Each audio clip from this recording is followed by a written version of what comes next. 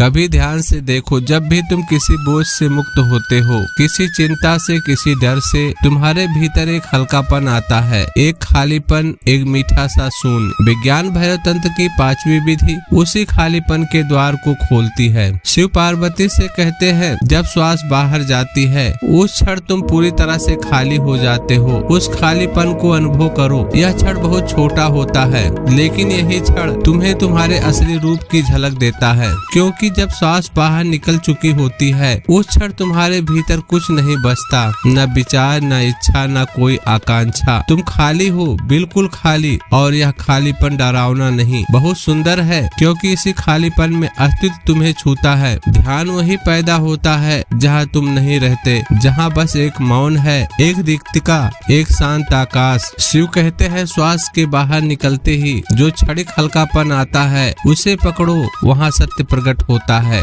तुम्हें कुछ करना नहीं, बस अनुभव करना है कि बाहर निकलती श्वास के बाद तुम बिल्कुल भारहीन हो जाते हो। यह वही क्षण है जहाँ साधारण मनुष्य भैरव बन सकता है, यदि वह उस खालीपन से डर न जाए। क्या तुमने कभी श्वास के बाहर जाने वाले उस क्षण को महसूस किया है जहाँ तुम बिल्कुल खाली हो जाते हो? यदि तुम वह खालीपन हो तो फिर तुम्हारा असली मैं कौन हूँ?